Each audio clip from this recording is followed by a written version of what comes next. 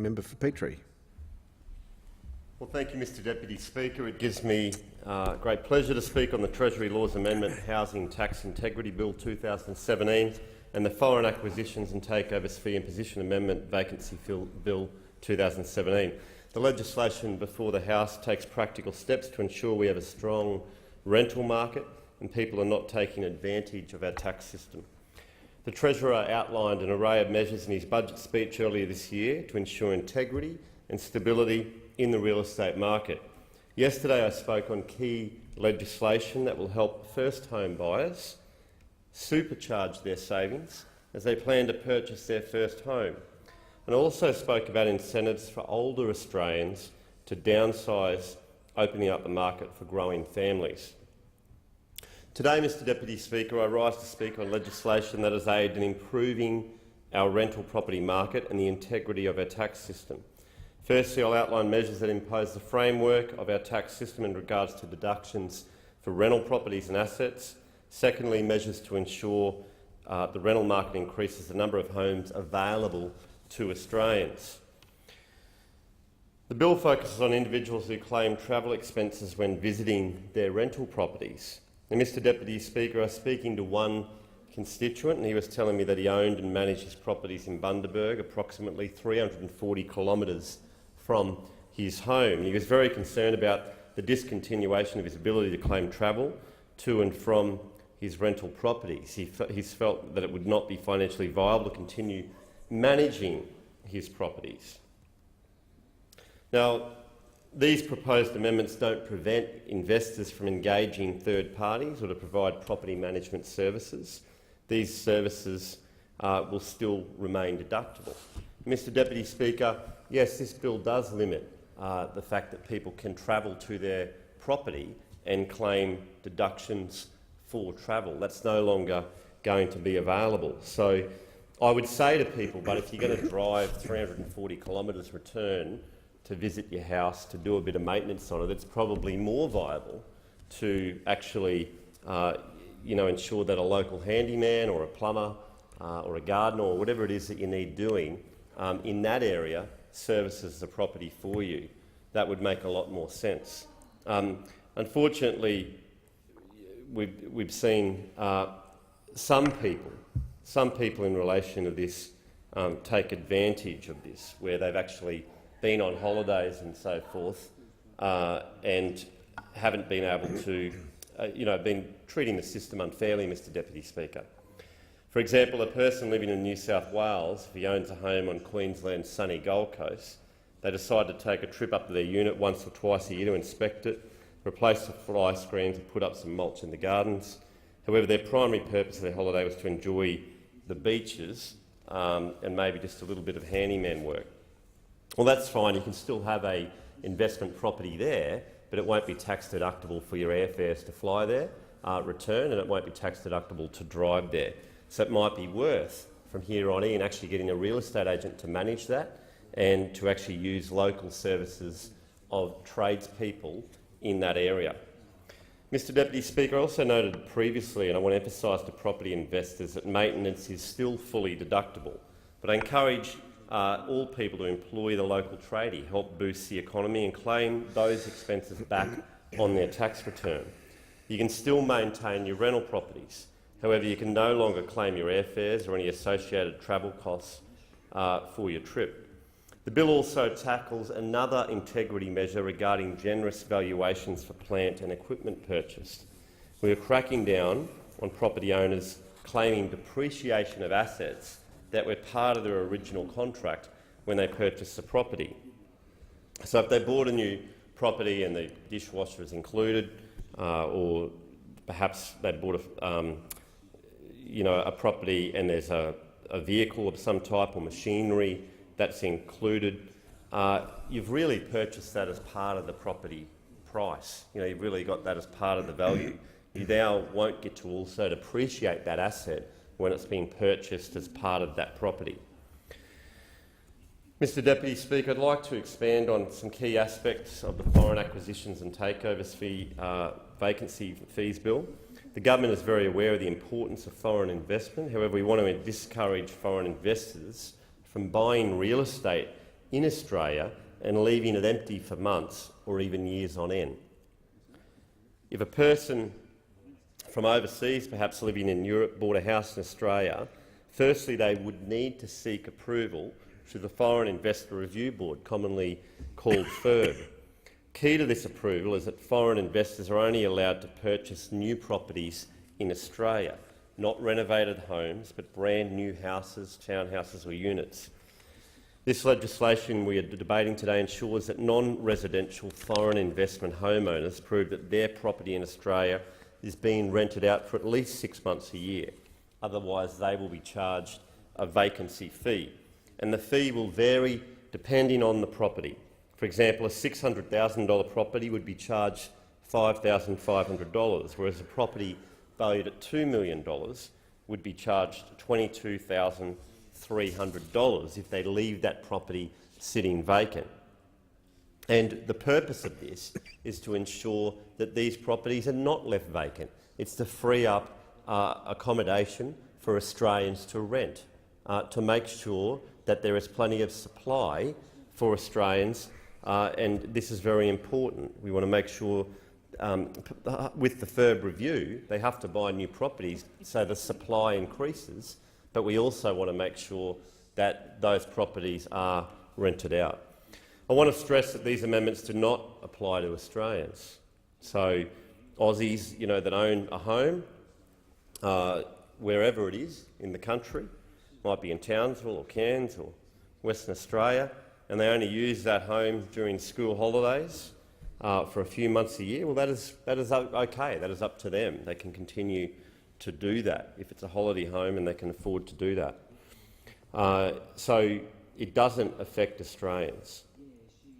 Mr Deputy Speaker, we are serious about ensuring that there are strict regulatory practices in place to protect Australia's real estate. There have been multiple cases where investors have had to sell their property because they didn't have the correct approvals through FIRB. Since coming into government, the Treasurer has ordered the forced sale of some 61 houses since the Coalition was elected, totalling over $107 million. Labor, Mr Deputy Speaker, cannot be trusted with foreign investment. The member for McMahon who spoke earlier, when he was the Assistant Treasurer, made changes to the foreign investment legislation to make it easier for foreigners to buy property without any scrutiny at all. He dumped the screening arrangements for temporary residents to notify the Foreign Investment Review Board of residential purchases. When the opposition was in government, not one divestment order for a property was issued for illegally acquiring a property. Not one. There's been 61 since we came in, totalling over $107 million. And the Foreign Shadow Minister wants to change the Foreign Investment Review Board for the purchase of agricultural land, wants to put it through the roof. The Coalition brought it down to $15 million, and the Labor Party want to put it back up. Now, in my electorate, people do not support that. They want to make sure that there is a register that is accountable, so the government does know how much of our land is foreign-owned. I remember when the Kidman cattle station came up for sale, people wanted to make sure that that was majority Australian-owned. They've been very, very clear about that. So for Labor to look at that $15 million level, that was combined aggregate level, and to increase it through the roof like the Shadow Minister for Foreign Affairs, Senator Wong, wants to do, is not supported by my electorate, and I would suspect is not supported by many people who on the other side of the House in their electorates. The Coalition has been on the forefront of ensuring foreign investment is regulated. We want to ensure that we know how much foreign investment, as I say, we have in the country. And it was a Liberal government that established the FIRB back in 1976. This non-statutory body was established to monitor foreign investment proposals and compliance within its policies. The Coalition government has continually moved to improve our foreign investment framework. The government has also introduced tough new laws to ensure capital gains tax is paid by our foreign investors and those who purchase property whilst living in Australia on a visa.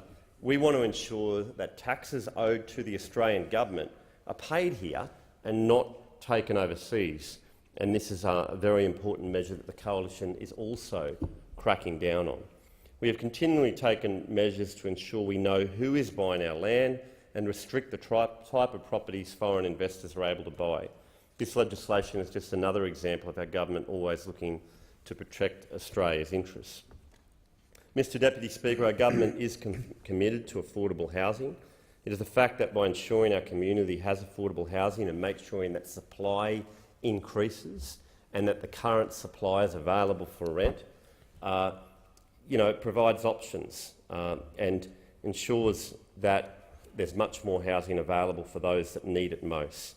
Our goal is to increase the number of rental properties available for Australians to live in. Labor's policy to try and fix the property market through abolishing negative gearing will only, I believe, push house prices down and rental prices up.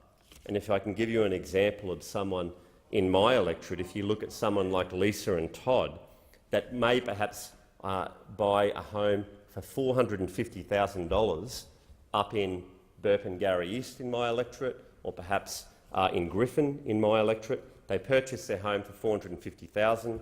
They put a $35,000 deposit down. Now, they don't have 20%, so they'd be up for mortgage insurance as well. They currently would owe $415,000.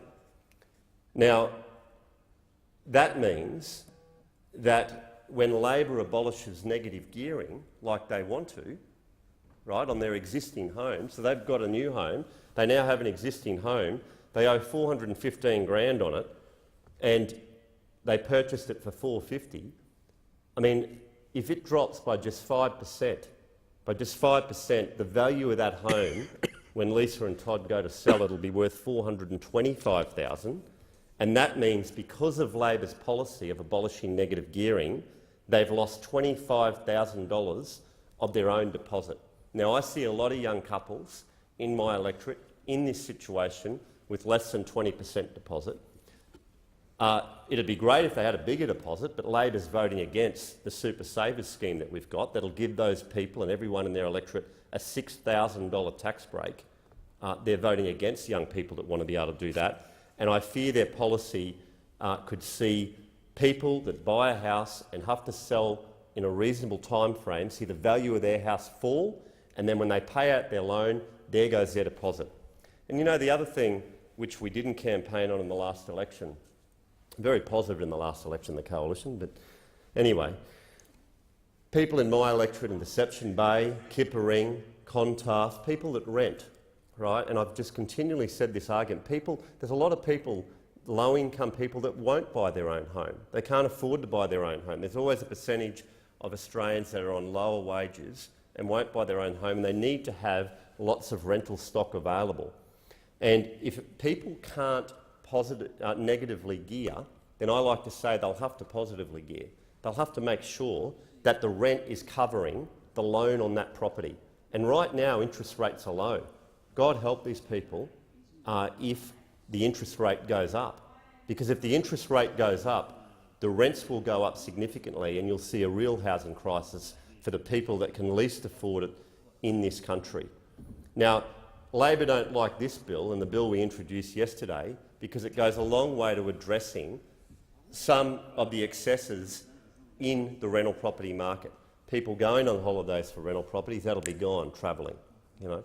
Making sure that people can't claim reductions when they've bought it as part of the house. Sure, if the dishwasher or the air conditioner breaks down and they need to buy a new one, great, then they should be able to claim that as a deduction, but not when it's been purchased with the house and you've already got it as part of the deal. So the Coalition is moving in this area to do that. We also see Labor wanting to, as I say, to not have the records that the Coalition have kept in relation to foreign investment, which will see more foreign investment. And they talk about wanting to make sure Australians have a big deal. This is important. Mr Deputy Speaker, I would just, it's good that the opposition are actually supporting this bill, as the Shadow Treasurer has said, and they are important steps to make sure that housing is more affordable, that there's more rental properties available, and I think it's good for our housing market and my electorate in general. Thank you. I thank the member for Petrie. The question now is